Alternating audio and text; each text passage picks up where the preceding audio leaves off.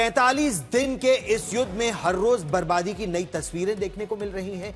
Iran अब एक बहुत कठिन परिस्थिति में आ गया है। अमेरिका भी सैन्य अभियान की वजह से हर रोज लाखों डॉलरों का नुकसान उठा रहा है। अब इस युद्ध से फायदा कौन उठाएगा यह तो वक्त बताएगा, लेकिन फिलहाल जो तस्वीर आ रही है अमेरिका से लेकर ईरान तक और इजराइल से लेकर लेबनान तक हर देश आर्थिक तौर पर बहुत कठिनाई का सामना झेल रहा है। इतना ही नहीं, खाड़ी के तमाम देशों के अलावा चीन, पाकिस्तान, जापान, दक्षिण कोरिया, भारत, कई ऐसे देश हैं जिन पर इसका बुरा असर पड़ रहा है। छोटे देश कीमत बढ़ने से परेशान है तो बड़े देश मंदी बढ़ने से निवेश कम होने वाली मुसीबतों का सामना कर रहे हैं। आर्थिक महायुद्ध के अलग अलग पहलुओं का विश्लेषण करती हम आपको ये रिपोर्ट दिखाएंगे और फिर चर्चा करेंगे कि आखिर इसका कोई तोड़ है या नहीं। देखिए ये रिपोर्ट। युद्ध में अब तक अरबों डॉलर का नुकसान। न बचा अमेरिका, लुट गया ईरान, बर्बाद हो रहा पाकिस्तान। शुरू हुई महंगाई की मार, हिली जमीन, कांपा आसमान। इस 1.5 महीने में ईरान के कई सैन्य ठिकाने तबाह हो गए। हजारों लोगों को जान गंवानी पड़ी। मिसाइलों की मार से शहर के शहर तबाह हो रहे हैं। कई खाड़ी देशों में तेल से लेकर कंपनियों के दफ्तरों पर बमों की बरसात हो रही है।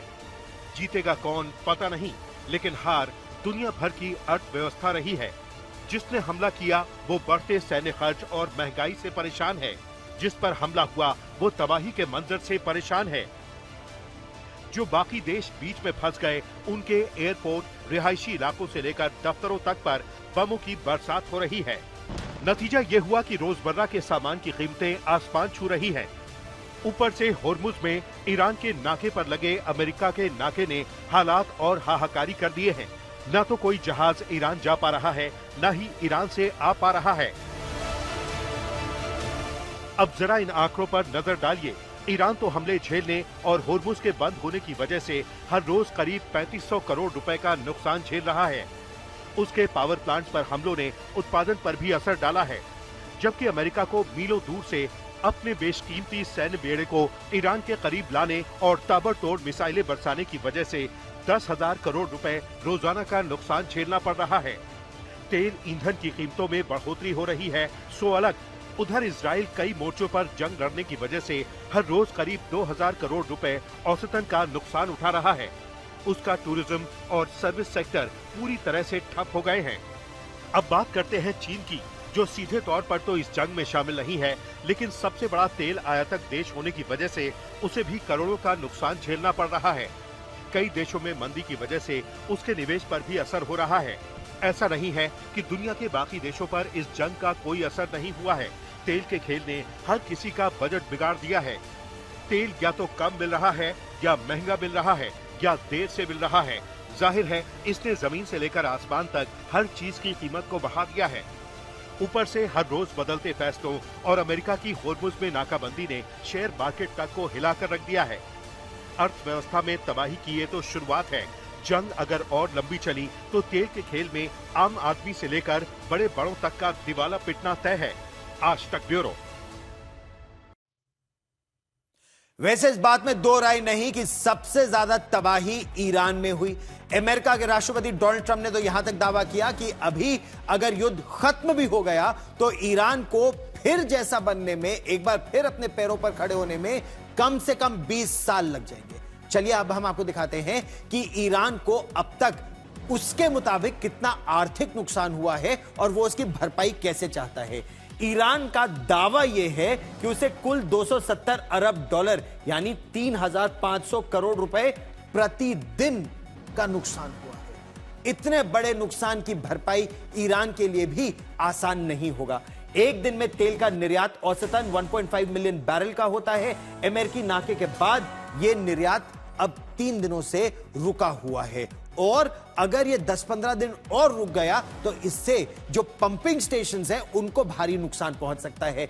मार्च में कमाई 5 बिलियन डॉलर, इस महीने आधी कमाई भी होना यह अब मुश्किल रह गया है, क्योंकि तेल का निर्यात यह है कि लगातार होते रहना पड़ेगा। मार्च में कमाई काफी नुकसान ईरान को इसकी वजह से भी झेलना पड़ा है। फिर कई इमारतें उसकी ध्वस्त हो गई, उसकी पूरी नौसेना 158 जहाज जमीन में मतलब पानी में डूब गए हैं। हमलों में 4 लाख बैरल उत्पादन क्षमता हर रोज कम हो रही है, क्योंकि आप पूरी तरह से उत्पादन बंद नहीं कर सकते। आप बहुत ज्यादा कम जब उसे करते हैं तो उससे पंपिंग स्टेशंस को भी नुकसान पहुंचता है, स्टोरेज कैपेसिटी आपके पास सीमित होती है, अर्थव्यवस्था में 10% तक की गिरावट आने का अनुमान है और ये इसकी भरपाई करना ईरान के लिए मुश्किल होगा। और इसीलिए ईरान बार बार रेपरेशन की बात करता है, यानी उगाही की बात करता है। टोल लगाकर $2 मिलियन हर जहाज से वो लेना चाहता है। पहले से ढेर जो उसकी अर्थव्यवस्था है पाबंदियों के बावजूद, और लगभग 47 वर्षों से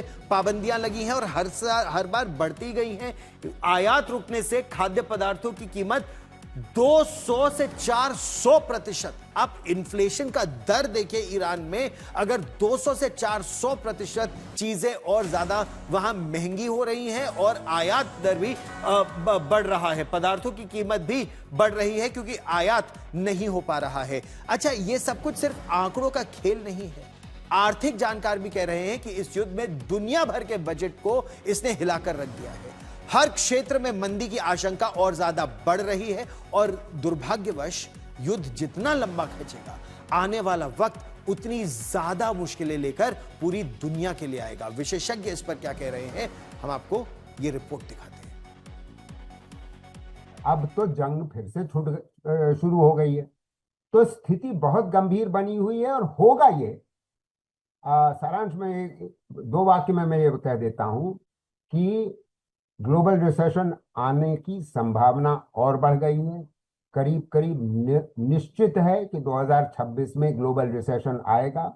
भारत में के पर जो असर पड़ रहा था वो तो पड़ ही रहा था, और जो अब आगामी 6-8 महीनों में जो रिसेशन आएगा, जैसे ये जंग चलती रहेगी तो उसका असर और आगे होगा। वर्ल्ड की इकोनॉमिक सिचुएशन तो काफी इम्पेक्टेड है। अगर हम रिसेंट डेटा ही देखें तो आईएमएफ ने काफी कम कर दिया है वर्ल्ड का इकोनॉमिक ग्रोथ, जो पहले 3.3% पे था अभी 3.1% कर दिया है, अभी हाल ही का जो लेटेस्ट रिपोर्ट आईएमएफ का। और दूसरा, जो टूरिज्म बहुत बुरे तरीके से इम्पेक्टेड है, और तीसरा जो ट्रेड जो खास करके ऑयल ट्रेड है बहुत इम्पेक्टेड है। और अगर हम कुल मिला के बात करें तो जो सिचुएशन है, अगर वर्ल्ड इकोनॉमी में 0.2% का भी फर्क आता है, जो आईएमएफ ने बोला कि 3.3 से 3.1 कर दिया है, तो वो भी बिलियंस ऑफ डॉलर्स में जाता है। लगभग कोई मैं समझता हूँ कि $0.5 ट्रिलियन का इम्पैक्ट तो वर्ल्ड इकोनॉमी के ऊपर रहेगा इस साल में 2026 में, अगर अभी शांति वार्ता हो जाती है। तो अगर वॉर और लिंगर करती है तो इसका इम्पैक्ट और भी ज्यादा हो सकता है। जैसे कि मैं सो रहा हूँ तो पिताजी को जगाना है मुझे, तो वो डायरेक्ट उठाने के बजाय, और हिंसा की परंपरा मेरे यहाँ नहीं थी सौभाग्य से, तो वो क्या करते थे कि उस कमरे में आ जाएंगे या बाहर से गुजरेंगे और चौपाई बोलेंगे, प्रात काल उठ के रघुनाथा मात पिता गुरु नावई माता। कभी कभी मैं गुस्से में उठ करके, अरे पापा, चरण स्पर्श किया और सो गया। मैंने कहा अब मत उठाना।